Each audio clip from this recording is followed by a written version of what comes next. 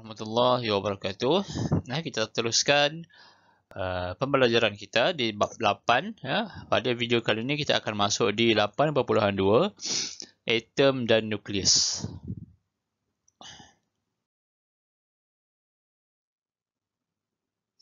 Okey, atom.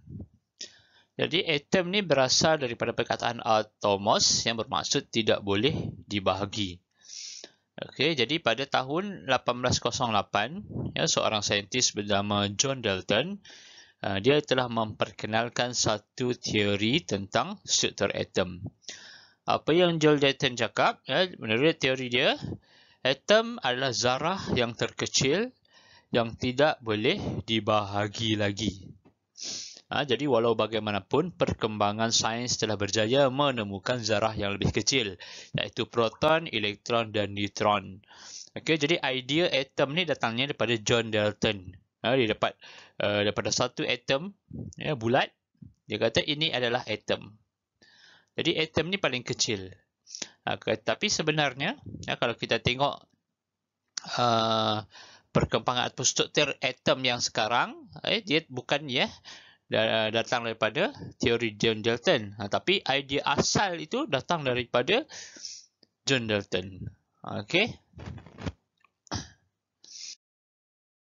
Ini adalah struktur atom. Berbanding dengan penemuan daripada John Dalton tadi, dia kata bahawa atom tu ada satu je. Bulat tu kan, atom. Okey.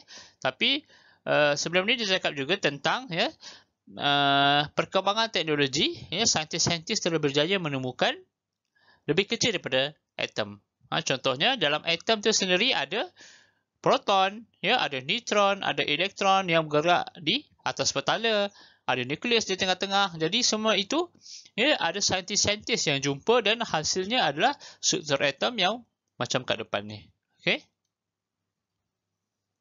Baik, seterusnya pembentukan ion positif dan ion negatif. Okey, jadi kalau sebelum ni kita belajar tentang atom, atom ni boleh melalui satu proses. Proses apa? Proses menerima ataupun menderma elektron. Okey, jadi apabila sesuatu atom tadi, atom ni tiada cas. Jadi bila dia tiada cas, dia perlukan satu proses menderma atau menderma elektron untuk menjadikan dia stabil. Okey, jadi bila dia menderma atau menerima, di atom itu akan menjadi zarah bercas, dan dia akan dikenali sebagai ion. Okey, contoh dia di sini. Okey, contoh dia pembentukan ion natrium. Contohnya sebelum ni dia adalah atom natrium. Nampak? Atom natrium. Okey. Atom natrium mempunyai bilangan neutron, proton dan elektron. Okey.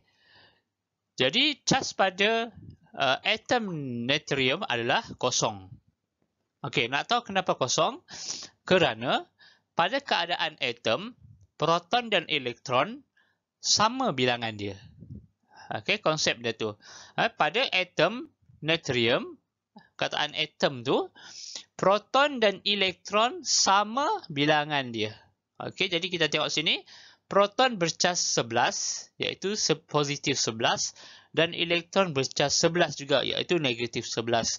Jadi bila positif 11 tambah negatif 11, dia akan jadi cas dia adalah kosong ataupun sifar.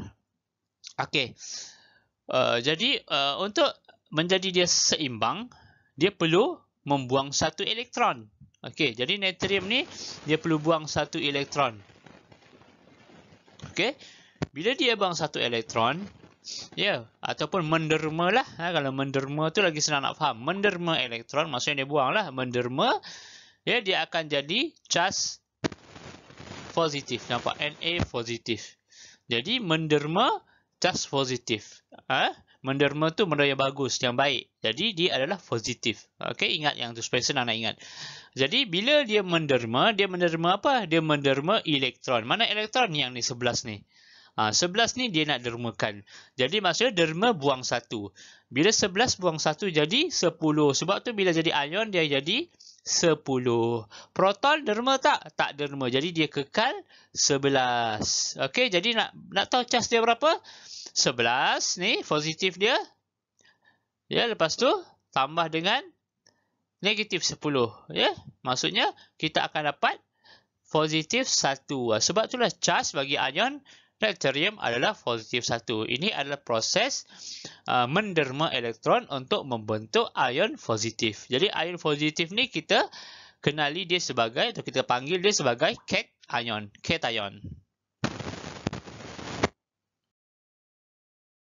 Okey, bagaimana pula proses ataupun atom yang menerima elektron? Okey, jadi kalau nak menerima elektron, kita bagi contoh atom klorin. Okey, ini adalah atom klorin. Jadi, macam tadi kan cikgu dah sebut, dia ada, untuk zarah setiap atom, dia ada neutron, proton dan elektron. Dan untuk atom klorin, bilangan proton dan elektron mesti sama. Okey, kalau kamu tengok kat sini, proton dan elektron mesti sama. Okey, jadi sama, proton itu positif, iaitu positif 17, elektron negatif 17. Jadi cas pada atom klorin adalah kosong lah. Ya, tambah 2 tu hasilnya kosong. Okey, jadi untuk atom klorin ni, dia perlu proses terima elektron, okey, untuk ataupun menambahkan elektron untuk menjadikan dia stabil. Okey, jadi dia terima elektron. Terima apa? Elektron, bukan proton. Okey, dia terima dekat sini. Jadi bila negatif 17, dia terima 1. Ya, 1 ni negatif lah. Elektron ni negatif. Ya, elektron negatif. Jadi dia terima 1 negatif lah. Okey, dan hasilnya adalah 18. Jadi dalam keadaan ion klorida, elektron akan menjadi negatif 18. Jadi bila kita tambah proton tambah dengan elektron, hasilnya adalah negatif 1. Sebab itu, untuk menjadi ion klorida, daripada atom klorida, dia akan jadi Cl minus, Cl negatif ya kat atas tu kuasa dia. Ya, ini adalah dipanggil sebagai ion negatif ataupun anion. Jadi, ini adalah contoh bagi atom yang menerima elektron membentuk ion negatif ataupun anion. Okey, tadi menderma bagus. Jadi positif lah contoh tadi. Ni menerima. Kita asyik menerima je, tak nak menderma. Kurang bagus. Jadi dia akan jadi negatif. Itu cara nak mudah ingat. Okey, jadi mesti kamu tertanya-tanya. Tadi kalau kita jumpa, atom boleh menerima, atom boleh menderma. Contoh yang menerima tadi, cikgu bagi contoh atom natrium. Okey. Atom natrium. Okey, ni yang menderma. Yang menerima tadi cikgu bagi contoh atom klorin. Okey, bagaimana nak tahu atom tu menderma atau menerima? Takkan ambil saya ada satu atom. Kita tak tahu itu menerima ke atau menerima. Jadi sebenarnya ini adalah lanjutan ya, kalau kamu belajar nanti di tingkatan 4 nanti ambil sains ataupun ambil kimia. Okey, tapi cikgu boleh terangkan di sini sedikit supaya kamu faham, supaya kamu tak keliru ataupun kamu tertanya-tanya. Okey, contohnya natrium. Natrium tadi kalau kita tengok contoh, nombor elektron dia adalah 11. Kan, nombor elektron dia adalah 11. Okey, kalau klorin tadi, ya, nombor elektron dia adalah 17. Okey. Jadi macam mana nak tahu dia menerima ke menerima? Jadi sebelum itu nombor elektron ni perlu disusun. Okey. Disusun untuk mencari electrovalence dia. Okey, jadi susunan dia kalau kumpulan bawah daripada 20, okey, nombor proton dia susunannya 2 8 8 2. Okey, 2882. Maksudnya kita susun ikut nombor yang pertama letak 2. Okey, contoh 11. Okey, 11 kita isi dulu 2. Okey, ada baki kan? Penuh dah 2 ni. Okey, isi pula 8. 8. Okey. 2 tambah 8 apa? 10. Tapi natrium ada 11. Jadi baki dia ada rumah ketiga ni boleh isi 8. Tapi Untuk Na ni dia 11. Dia dah 10. Jadi 1 lah. Maksudnya 2 tambah 8 tambah 1 jadi 11. Okey, contoh klorin. Kita nak isi. Okey, isi rumah pertama 2 dulu. Okey, 2 penuh dah. Okey, kita ambil yang ni, kita isi kat sini 8. Okey, penuh 8 boleh isi lagi. Okey, 17 boleh isi lagi 8 lagi kan? Boleh tak lagi? 2, 8, 10. Maksudnya sini dah tolak 10. Baki 7. Okey, sini 8 muat. Okey, letak 7. Okey, nampak? Jadi, ini adalah susunan elektron dia. Okey. Untuk natrium 281, klorin 287.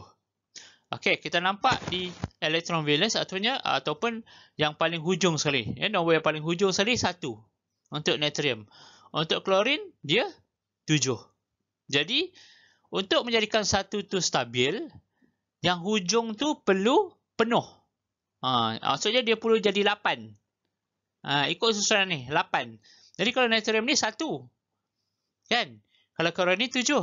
Okey, jadi natrium kenapa dia menderma? Sebab untuk menjadikan 8, lebih baik dia derma 1 daripada dia terima 7. Betul tak? Lagi senang dia nak derma 1. Sebab itulah natrium ni dia perlu menderma elektron dia yang 1 ni.